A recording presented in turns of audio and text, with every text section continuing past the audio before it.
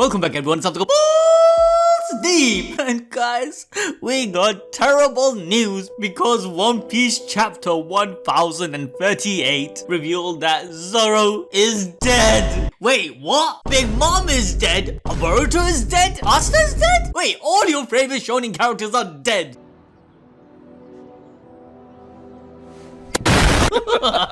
Okay, they ain't actually dead. Well, not yet. Zoro can't die, right? He's going to have to become the strongest swordsman in the world. However, the Grim Reaper, death itself, gave Zoro a surprise visit. Hopefully, Zoro will get lost on his way to hell and end up in Soul Society. But don't worry guys, with our balls deep observation hockey, I actually know what's going on, and I'll be breaking it down for you guys. No, Yusuf, forget about the Zoro stuff. It doesn't matter. The real battle, you gotta talk about the real battle. The greatest ninja battle the world has ever seen. Wait, calm down, Sid. What? Shanks vs Blackbeard Part 2? Kaido's final fight with Luffy? Which one are you talking about? No, you gotta think bigger than Shanks or all these fodder characters. I'm talking about Fukuro Koju versus Raizo. But before we get further into the video, I need to tell you guys about our sponsor, Monster Legends, a free-to-play game available now on both Android and iOS. In Monster Legends, you can collect hundreds of different types of monsters and build a world for them to live in. You're kinda like their Monster Hokage, where you have control over their habitats. You can also breed these monsters to come up with near endless amounts of combinations. But it's not just breeding and creating homes for your monsters though. You also take your monsters on different PvP modes, where you can conquer the adventure map, explore dungeons, and even battle against your friends after you level your monsters up, choose their skills, and create the best team to battle against your friends. There's also some special monsters that you can find in the YouTuber Island, where monsters created for some of the biggest YouTubers reside. If you download the game now through the link in the description, you will also get an amazing reward which will help you get a head start and speed up your leveling process. Because by clicking on the download link, you will receive 50,000 food, 300,000 gold, 10 gems, and the epic monster Kaori. But remember, this is a limited time reward available only until February the 6th. So get downloading.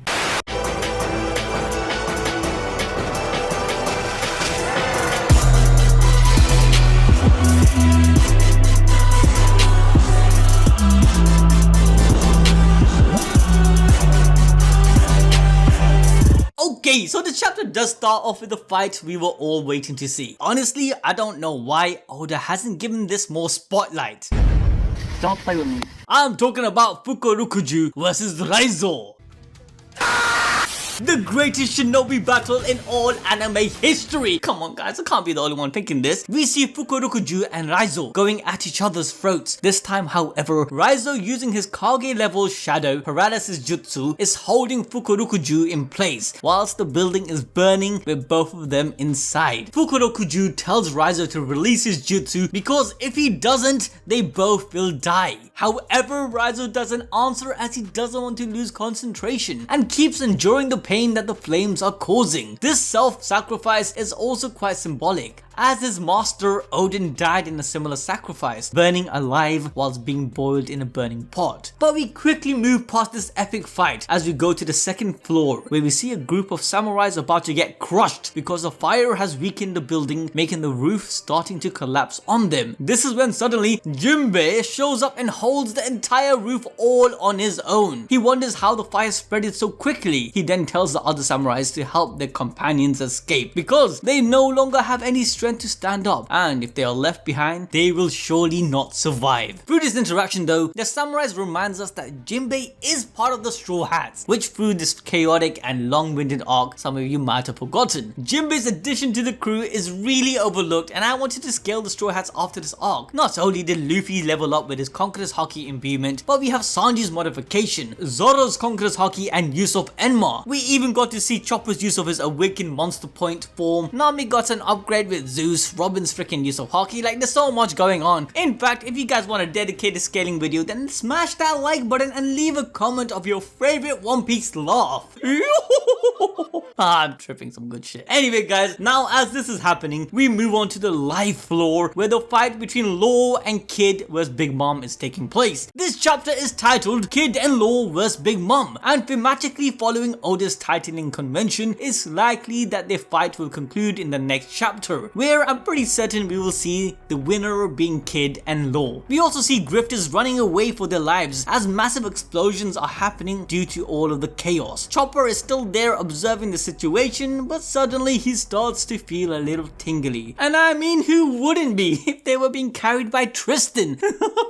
I'm not a furry, okay? Anyway guys, back to the chapter. This strange sensation that Chopper is feeling is actually due to the effects of his rumbling balls wearing off. If you guys don't remember, Chopper had taken a new rumble ball that was created with the help of Caesar Clown, which allowed Chopper to use his monster point for a longer period of time. However, one of the side effects is that he shrinks down to size of a human hand, which is kind of similar to the initial after effects of Luffy's Gear Third, which also could reinforce the theory that Luffy's Devil Fruit is actually a Legendary Zoan Fruit and not a Paramecia. My friend Ohara did an extensive video covering this theory. I recommend you guys checking it out. But Chopper, now back in his base state, has moved his concern to Zoro, since the super recovery medicine he gave him had some pretty serious drawbacks. As Chopper pleads for Zoro to be okay, we go to the outside of Onigashima where Zoro is located. He's still conscious from his fight against King, but suddenly as he's laying there on the ground, defenseless and exhausted, a mysterious Reaper-like creature appears in front of him, ready to strike with his scythe. Helplessly, Zoro asks, "Who are you?" But he gets no response and wonders what is going on. Zoro tries to move, but it's no use as he's going through the full drawbacks from the recovery medicine. Zoro takes a good look at this creature's face and in desperation yells, "Yamero, stop!"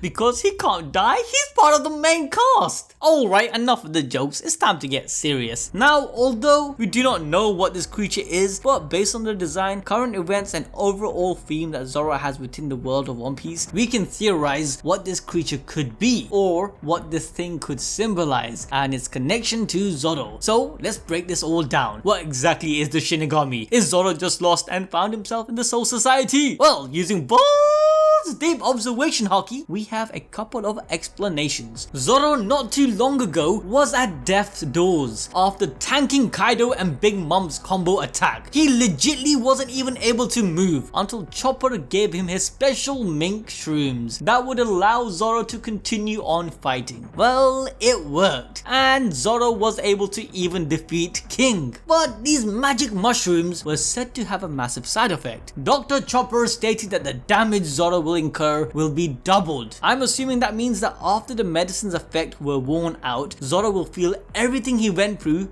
times twice. So all that damage from his fight against Kaido, Big Mom and later King is taken and then doubled. In many ways it reminds me of Thriller Bark when Zoro, after his fight against zombie Brook Ryuma and then giant zombie Luffy Oars, he had to fight Kuma, who later gave him all of Luffy's incurred damage that Luffy had been inflicted with by his own fight against giant Oars and Moria, along with tanking 100 shadows that would have taken a huge toll on him. Kuma said that Zoro was certain to die from it all, but as we all know, in Zoro's own words, nothing happened. During that moment, Zoro was literally at death's doors but continued to live on. This theme is quite recurring, as even with his introduction, Zoro was sentenced to death until Luffy saved him. Let's not forget that after being gifted a new battle gash from Mihawk, Zoro miraculously held on to life. Even Arlong was shocked when Zoro went head to toe against him. Zoro, unlike Luffy, is not made of rubber and has sustained so much damage throughout his journey, but refused to let that stop him from achieving his goals. Even in chapter 84, in Zoro's fight against Hachi, he stated that no one can take his life away, which perfectly brings us back to chapter 1038. Zoro's constant refusal to die and mental fortitude to overlook his physical limits is at his breaking point. The manifestation of this Grim Reaper might well be all in Zoro's mind, where now it's a battle against his own will to live against this being, which again I believe is a representation of death itself. Now I also want to point out that Zoro does have have a constant dark and looming theme encompassing him, from his moves to manifestation of Haki, you know, the demon order Ashura, to then Zoro receiving a blade that was named Enma, which is the Japanese name for Yama, the Buddhist and Hindu god who presides over Naraku, meaning hell. Though the Reaper might be the manifestation of death, it could also be a form his sword Enma took in the eyes of Zoro. Remember, throughout Zoro's fight, Enma was constantly pulling Zoro's Haki, and Zoro gave in, unleashing everything he had. Zoro even understood that his sword has a persona and will of their own. However, likely this Death Reaper isn't Enma, rather it's just a manifestation of Zoro's depletion of Haki coming into complete zero. I'm thinking that Enma and his other swords will actually help Zoro overcome this. Who knows, my man might even open his right eye, revealing his balls deep imbued observation Haki to get out of this mess. Or if this isn't the case, the other possibility is that Zoro is hallucinating from being near death doors and stumbled across Brook. Okay, so with that out the way, we continue the chapter with Frankie breaking havoc, defeating his enemies right and left. Whilst he's running around in the right tower of Onigashima's dome, he's also looking for Zoro, wondering how far King sent him flying with his attack, even though he's literally right outside the tower he's in. But we don't get to see much of this as we move on to the actual important characters. In the first floor attic, we see Kaido's subordinates all beaten after Izzo defeated them all on his own. After dealing with those scrubs, Izzo falls down to the level 1 basement. Sadly, even though he was able to rinse out all of those fodders, he sustained a severe injury on his torso. Suddenly, he's encountered by Cyberpod Zero, who were on the same floor. He instantly points his gun at them as he recognizes who they are. One of the CP0 members states, "Yes, we are from the Aegis branch," basically confirming that they are from the strongest intelligent organization among Cyberpol. But to avoid conflict, CP0 asks Izzo to pretend they didn't see each other, and even though it would be a big mistake to let him go on their part, as he's, you know, the remnant of Whitebeard, they have more important stuff to deal with, like the Straw Hats and capturing Robin. After a few moments of silence, Izzo raises one of his guns and tells them to wait, as he asks them why the heck are they acting like they are part of the main cast, ignoring and looking down on him like that. Okay, you guys are right, I added a bit of spice at the end, but you guys get the point. Okay, Yusuf, I think it's time I take over the video because, you know, you're an old man, you can't be voicing for too long, it's health issues, you know what I mean.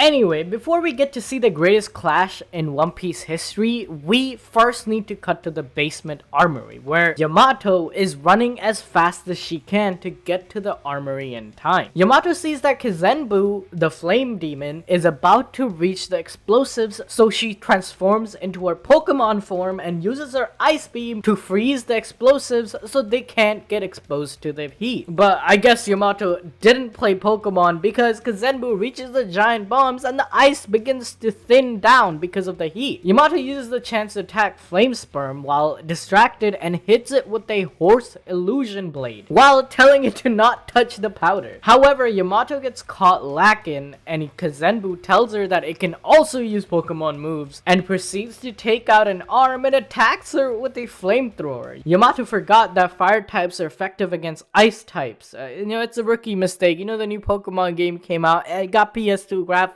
She probably didn't play it, thought it was a PS2 game, who knows. Moving back to the live floor though, guess the battle already ended. Big Mom is the winner, victory royale, bro. But we all know this is a shonen, so I guess, you know, they're not down yet. Anyway, as Big Mom smashes both Kid and Law at the same time, she is seen laughing, mocking them by saying how sympathetic she feels for their subordinates as their captains 2v1 couldn't even phase her. Both of their crews try to help their captains, however, Big Mom uses her God of Lightning Tenjin attack to stop them before they can reach Kid and Law. With everyone on the ground wasted, Big Mom stares up at the rooftop and orders Hera to take her there. Even though she is tired, she can still go and end the whole war by ganging up on Luffy. Now, everything would have been fine for Big Mom, but she forgot one major thing. She is in a shonen manga and her plot armor has run out. Law and Kid end up getting back up through sheer will. Law uses his Kurum, followed by Anastasia piercing Big Mom's right arm and part of her face with his sword. Now, it's not just any piercing, as the sword went through her left cheek. Yes, guys, Law's sword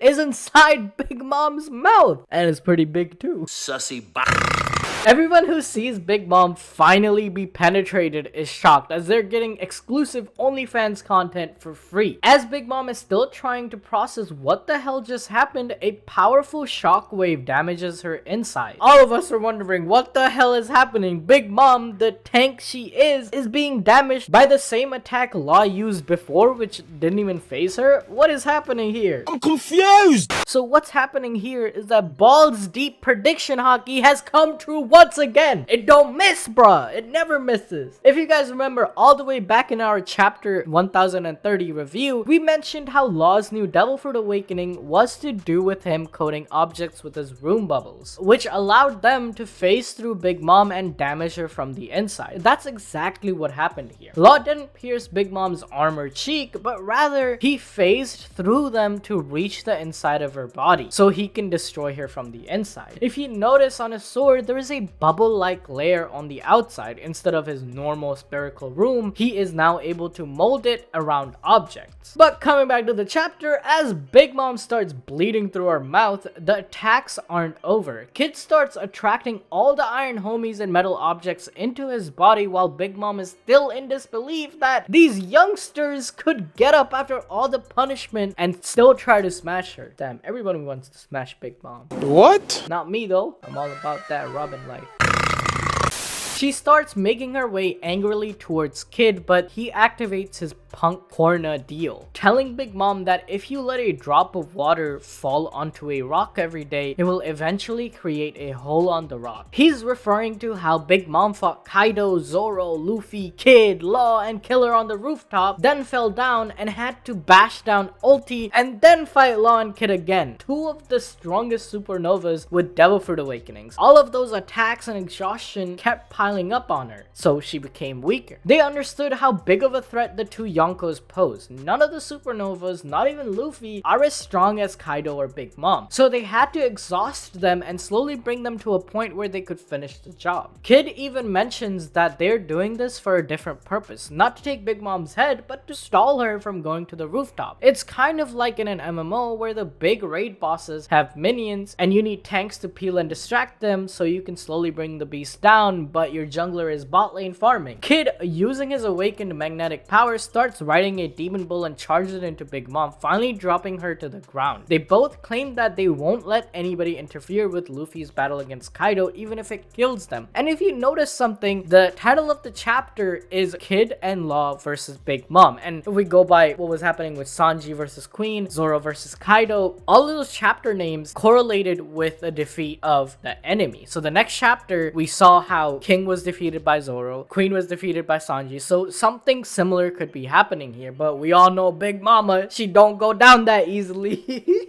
But anyways, if you guys want to know more about Law's Devil Fruit awakening, then check out our video where we explain that more, or you can check out our theory where we explain what Haki is in One Piece. Some crazy theory on there. And don't forget to download Monster Legends before February 6th using the link in the description to collect all of your rewards.